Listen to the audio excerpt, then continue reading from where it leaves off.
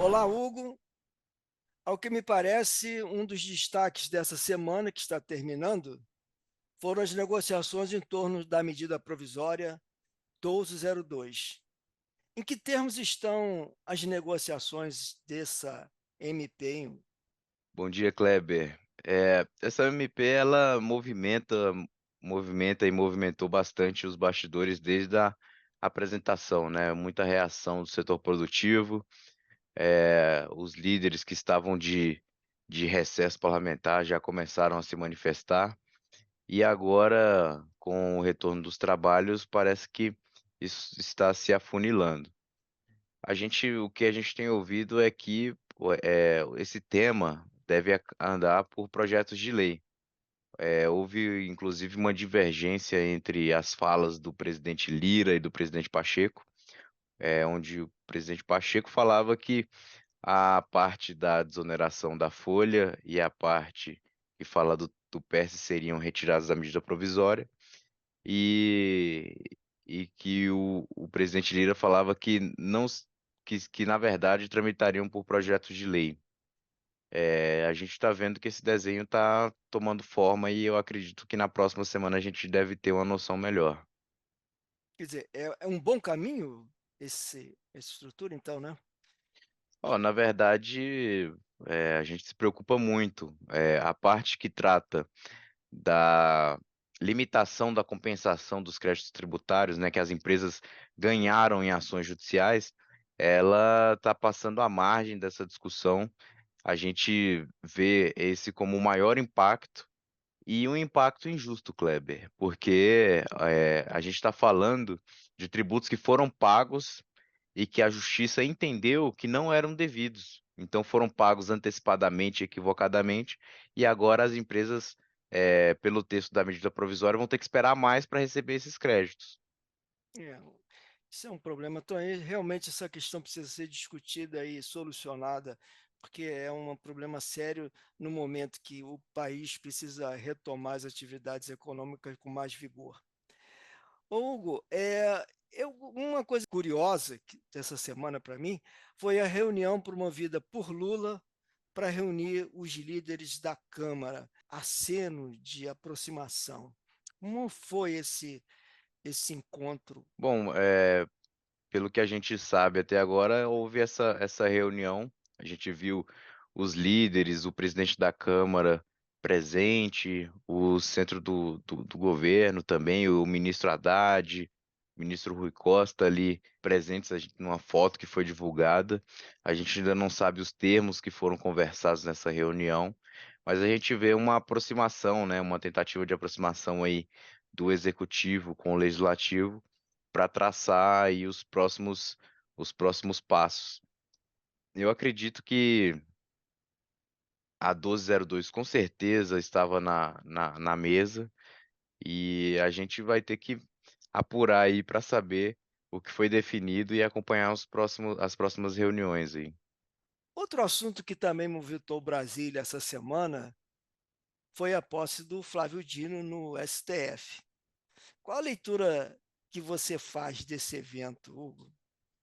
A posse do Flávio Dino foi um dos maiores eventos agora no início do ano, muita movimentação de pessoas importantes no cenário político, de todos os partidos, de todas as bandeiras partidárias, e a gente vê uma consolidação ali, do governo junto com o Supremo Tribunal Federal.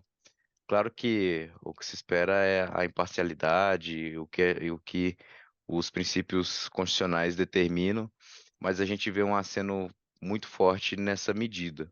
Tem uma investida forte do Senado Federal do outro lado, que mostra que talvez esses mandatos de ministro do Supremo Tribunal Federal precisam mudar um pouco.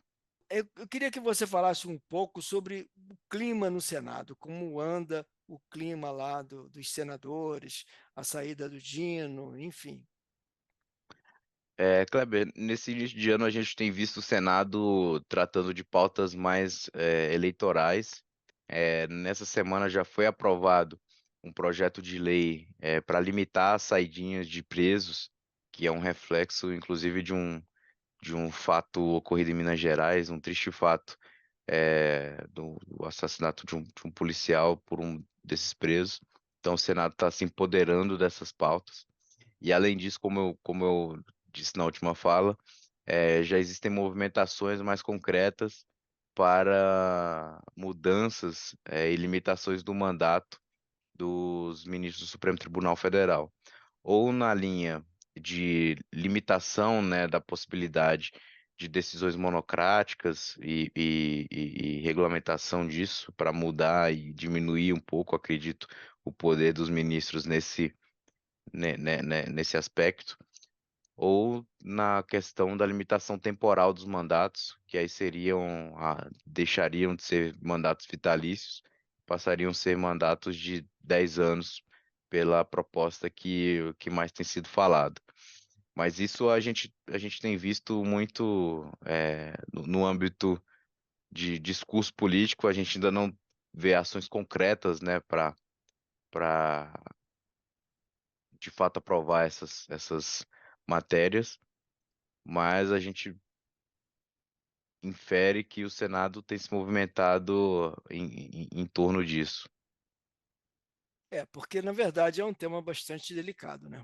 Vamos e convenhamos, né? Muito É, delicado, e o momento também é delicado. Acho que isso deve ter reflexo, inclusive, nas eleições municipais que se aproximam em 2024. Hugo, algum ponto especial marcou esta semana da Brasca em Brasília? Essa semana nós tivemos com o ministro Márcio França lá na Frente Parlamentar do Empreendedorismo, no almoço, e a gente teve a oportunidade de perguntá-lo como nós poderíamos incluir as micro e pequenas empresas no mercado de capitais. Acho que essa é uma preocupação que ficou evidenciada também pelo ministro. Até antes da nossa fala, ele já mencionou, né, a importância do mercado de capitais para a captação de recursos e para o desenvolvimento do ambiente de negócio. Então, a gente vai começar um diálogo muito importante nessa vertente. E, além disso, nós estivemos também com o senador Efraim Filho.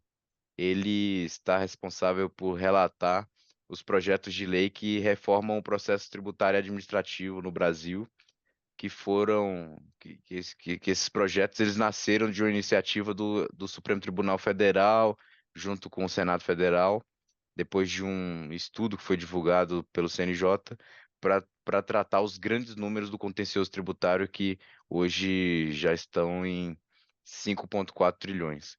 Então, esses são os nossos destaques, Kleber. Bem, vamos ficando por aqui. Hugo, um abraço para você e até a próxima semana.